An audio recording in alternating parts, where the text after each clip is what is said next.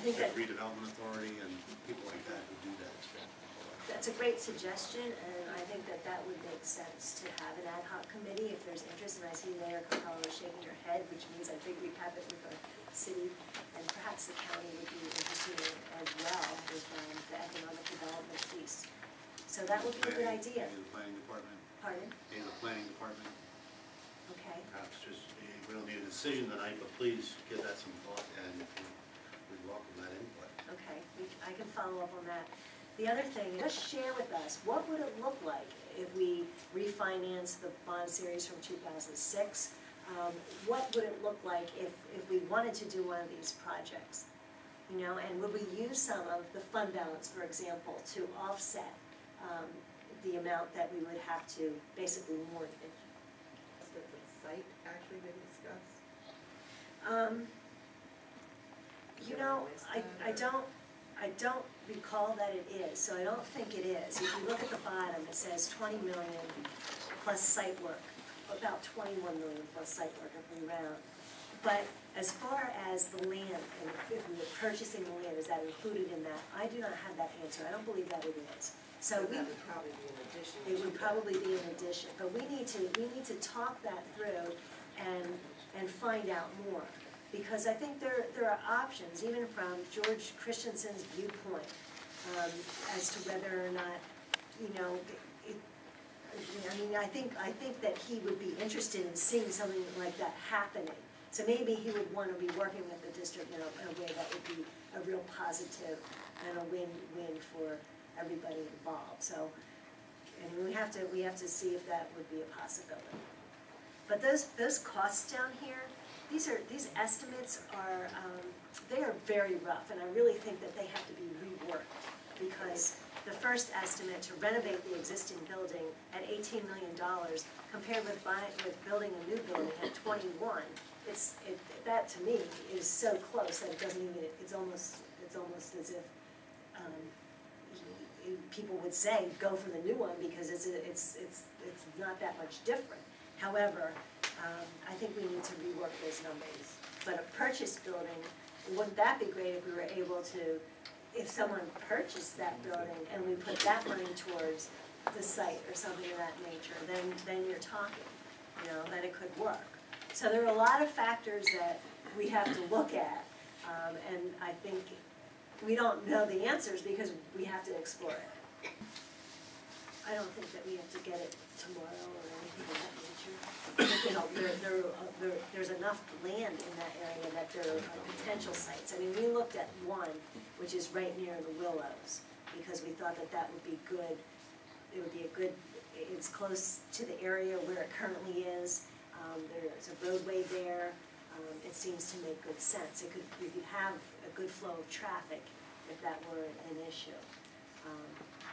So what I'd like to do is, I just want to try to put together a few things based on this discussion tonight.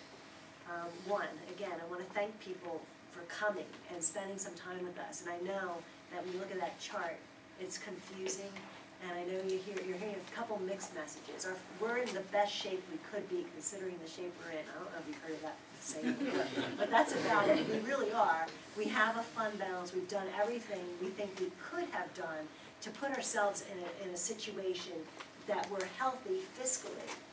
Okay, we're not claiming that we have to close the doors or anything of that nature. But when you look at the trending data, we have some major concerns, and we need to make sure that at the government level that they're working with us and that they don't change the support that they're currently giving, but that they make some things solidified, such as the accountability block grant. Just feed it into what the basic subsidy is.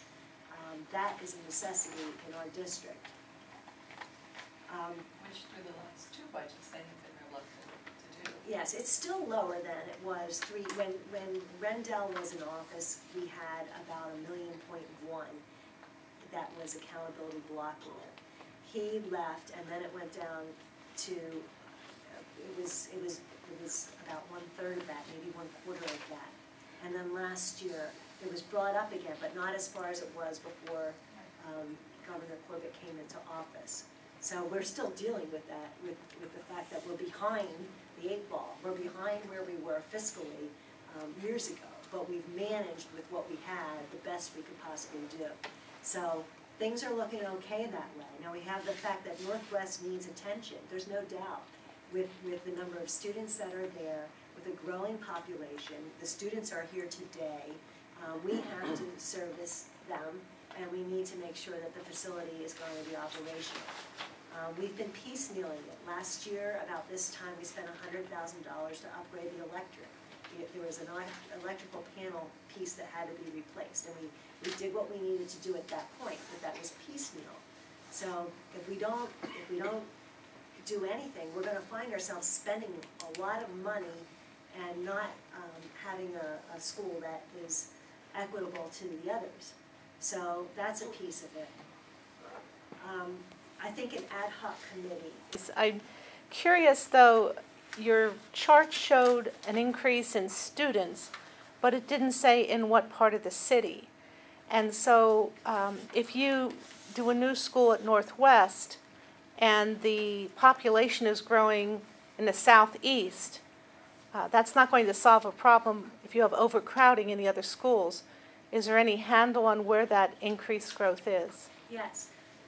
About 3, 4, 5 years ago, as we were doing the renovations of the elementary buildings with Southeast and Southwest and Harding and Henry Howe, we looked at our student population and we did a map, and we dotted the basically we could see the heavy areas of concentration, and we shifted some of the boundaries of Northwest to make sure that we were distributing students somewhat differently. So we've done that work. We expect that that Northwest group that's a stable group. That's not going to decrease. That number appears to be right there because we've taken some students out of that area, and some currently go to Southwest, and some actually go to Henry Howe. There are a couple that could go in different directions. So we have some students going in different areas. So we've made that consideration already. If you looked at the enrollment of our schools, you would see that Southwest and Southeast currently have close to 450 to 480 students, whereas 3 or 4 years ago, they were at about 300. So we've taken the Harding and the Northwest populations that were so big and moved them a little bit so that we have a little bit more of an equitable system throughout. So the high concentration is in the area of that section of our... Based on the graph you were showing us earlier, those numbers are predicated on the state maintaining their level of support. And even if they did that, it still shows a significant deficit over the next several years. And I would say maintaining that level of support, given the current administration, is iffy at best. There is legislation currently in the House and Senate to change the funding mechanism from property taxes to another system. As the folks who put together this budget on an annual basis, what do you see as the pros or cons of making that move? And is that something we should be, as district residents, letting our legislators know that this is or is not a good move for public education in the Commonwealth? Really account for example, special education. Right. Our needs may go through the roof, but the increase doesn't necessarily keep pace with that right now. That's all, again, state mandate, and then we're saddled with the burden of figuring out how to do it or raising the taxes as much as we can and finally manage to sell again. Do you turn that all over to state control and just sit and hope that, we get the funding, or so we're just concerned about? Thinks that real estate taxes are the answer to all of this, but so far I don't think anybody has shown us an alternative that looks as if it would provide what the district needs. Shows you what would happen, that costs continue to rise no matter what, and then you're faced with some choices that no one wants to be able to make. And that's what this says. If revenues, if nothing changes in the picture, this is what would happen with costs continually increasing. If they're going to rework the system, they're going to rework in a way that they're not having to shoulder their share of the burden. For engineering, take a look at both the middle school and the high school and give a professional opinion about what it would cost to replace the system. And those numbers were pulled from a report. You just said middle school or high school? I'm sorry, middle school and Northwest. And what if we do nothing? what will happen? Well, the cooling system right now is just hanging on by a thread, and it didn't work when we tried to start it up this spring. Brian can tell you more of the details. When we tried to start it up this spring, it took us all spring and all summer to get it going. We finally got it going, what, about the middle of July? Neil, when was it? End of July. July. Neil would know because he lived through it. And you're blowing air in through the lights, as I remember it. That's how the ducts are set up in that building. It is a very unusual system, and it's outlived its normal useful life expectancy, and it's just hanging there. Brian and I come to work every day in the winter, and every day we come to work, we wonder if it's going to be running. And if you renovate for these option C, part of this cost of renovation, all that's going to get repaired. Yeah. Well, one of the major factors in the renovation piece would be that you would put classroom walls in and doors and things like that. And then they could put a conventional heating system in it. Okay, so we'll get some better figures for you. We'll look at the financing options, if there are options. At least we'll explore them so we know. We'll start an ad hoc committee to look at the site and as to whether or not it has resale, and if we could sell it, and if there are potential areas where that could be used. We need to examine the site at the Aspens area to see whether or not that soil is suitable, and also whether or not, if we were to purchase that land and all that sort of thing, what kind of dollars will we be talking about? So those are some things that we need to do and follow up on. Again, I want to thank the county commissioners who are here, and our mayor, and anyone else who came tonight to hear this and understand a little bit about where we're coming from. I really appreciate your presence, and I know